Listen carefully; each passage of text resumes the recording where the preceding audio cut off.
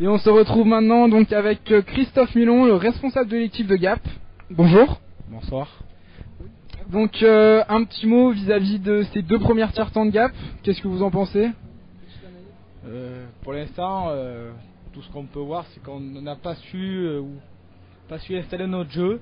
C'est une équipe qui nous presse et qui nous empêche de jouer. Ils patinent. Ils ont eu 2 occasions de but.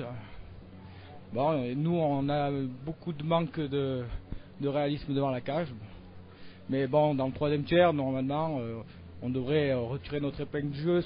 Il nous reste 20 minutes pour égaliser et voire faire mieux, même sûrement faire mieux. Donc, je suis pas soucieux, quoi. Donc vous pensez encore à une victoire gapençaise ou au moins à récupérer un point ce soir? Non, je pense, oui, à une victoire gapençaise. On a une équipe qui est capable de revenir de n'importe quelle situation. On l'a déjà prouvé plusieurs fois. Maintenant, il nous reste 20 minutes pour revenir dans le match déjà, et puis après pour gagner, et puis essayer au pire à aller en prolongation et gagner en prolongation. Mais pour nous là, ce soir, le plus important, c'est vraiment de gagner sans les prolongations, quoi. Une petite question plus générale, donc on a vu que Gap, malgré un calendrier assez mauvais, donc a eu assez de mal à démarrer dans cette saison. L'objectif clairement affiché de l'équipe pour cette saison, c'est quoi? L'objectif il reste le même depuis le début de saison, c'est le maintien. Donc pour le maintien, c'est atteindre les playoffs, c'est minimum la 12e place.